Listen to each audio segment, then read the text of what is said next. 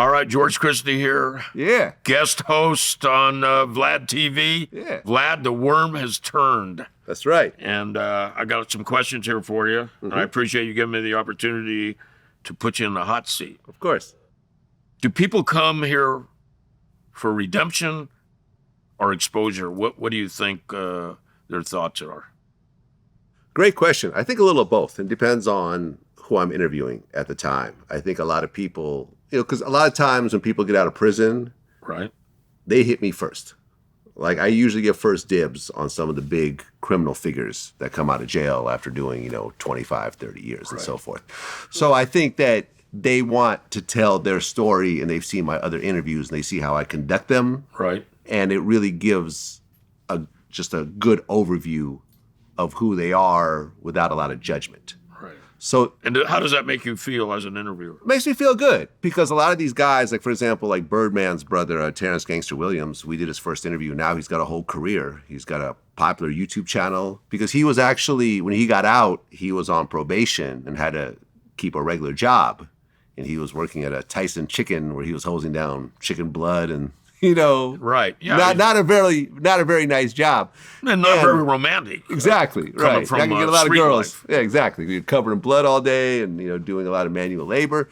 And after our interview, he launched his own YouTube channel. And after about a year, he was making enough money where he could actually quit his job. And he met with his probation officer and he showed the officer, okay, this is my YouTube checks. And they're like, okay, go ahead and quit your job. You're good. And ever since then, he's been supporting himself.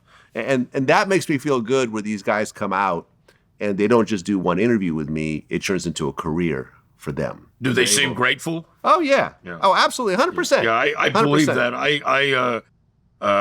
Now I'm going to ask you, I've got we talked about Tukey earlier. I've got a friend that he's a black rapper. See the Rebel. He just did 19 years. He went away. His stuff was very relevant and good. What would you suggest for him? He's going to be out of the halfway house in a couple of months. What would you say to him? How old is he? He's 47. It's a little tough for someone in his position because you could be a established artist at 47. You could be like a legendary classic person with a lot of hits under their belt that can continue to do tours and so forth. I have a lot of friends who are in their 50s who still tour and they have this nice catalog that they are able to perform into their 50s, sometimes even their 60s. But if he doesn't have any big songs under his belt, to now try to break into music at 47 years old, almost 50 years old. It's going to be rough. It's going to be rough. Not to say it's not impossible. I mean, I've seen, people like 2 Chainz, in their late 30s, they changed their name. He used to be called Titty Boy. He changed his name to 2 Chainz. He came out with some projects. People took to it, and now I believe he's in his early 50s, late 40s, and he's still doing well. But he pivoted like in his late 30s. Right. What's interesting is I took his music to one of the producers for Korn. Remember the rock group Korn? And he told me the music was okay, but he said the lyrics were the best stuff he'd heard in years. And, my advice to him was to redo that era. He never got off the ground. He got beefed and did 19 years. It's a tough situation because, look, music, art changes. It's very much a youth-driven culture. And, you have to think about this because I remember even in my own life, I remember at 29, I decided to shift gears and I was doing tech and I decided to pursue DJing, to pursue the arts. And I knew that this was really kind of like my last chance because at 29, I was still young enough to get going. But if I waited another 10, 20 years, I was going to be too late. It was going to be too late to start. Right. So I threw my hat in my early 30s, I really got to figure things out and so forth. And I switched lanes and I pivoted and so forth. But being almost 50, not to say it's impossible, but it's definitely going to be a lot harder than being a 27-year-old. Well, let me ask you this. You interviewed a lot of gangsters, rappers. Yeah. People that have committed murder. Yes. Has anyone scared you, and who would that be?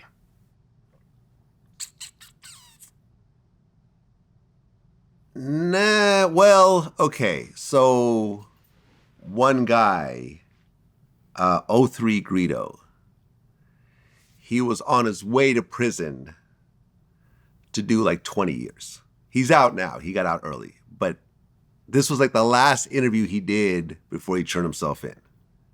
And even though we didn't put this part out, as we're talking, I mentioned a guy that he had some beef with, right? And he said, I don't want to talk about that guy. And I'm trying to say, well, I interviewed him and he actually spoke nicely about you and said that there's no beef and so forth. So as I'm trying to get that out, he gets angry and says, I told you I didn't want to talk about it. I didn't want to do this interview. Like, screw this. And he gets up and I'm like, yo, I'm sorry. My bad. That was one moment. But now that I'm actually talking, the one time that I actually was scared in real life, where I thought something might actually happen. Because in that case, he was just angry. I didn't think he was going to lunge. He was emotional. He was emotional. He got up. He didn't confront me. I was sitting over there. So that wasn't really scary, but it was definitely tense. After that, I got security to sit in on all my interviews when I was a little unsure about the person. But Mike Tyson. I don't see anybody here today. Right, there's no one here. I'm all washed up, man. You don't frighten me like some people I interview.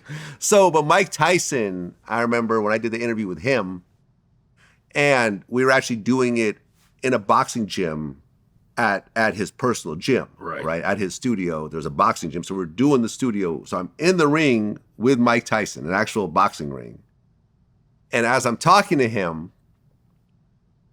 I say, well, here you are, this multimillionaire.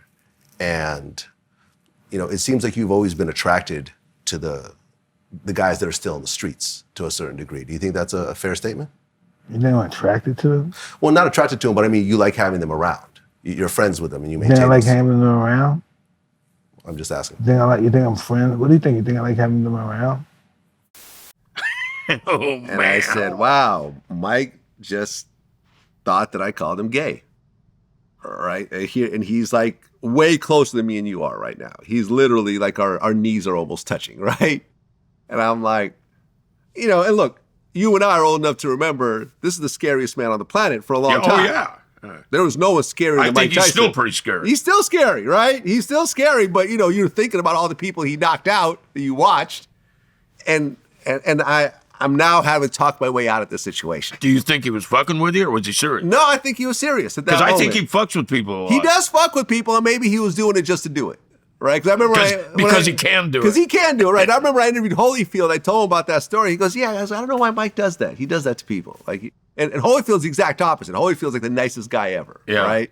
But he's like, "Well, what do you mean attracted?" I said, "Well, it just seems like you like to hang out. Oh, you think I like to hang out with guys like this?" And I'm like, okay, this is just not going well right now. So how did you end it?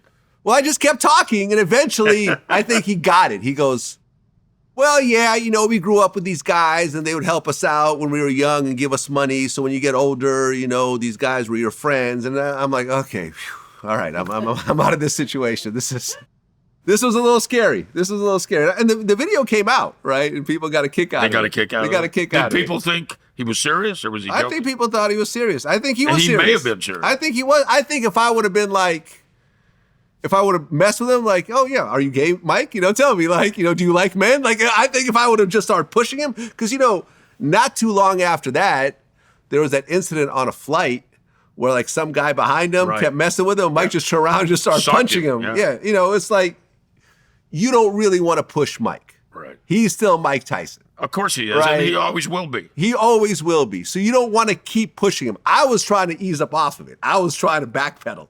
It's interesting because someone recently asked me can you still rise to the occasion? And it's much better for me now because I'm in a I can't lose situation, because if I kick your ass, you got beat up by an old man. Yeah. And if I lose, well, you beat up an old man. I mean, I can't lose.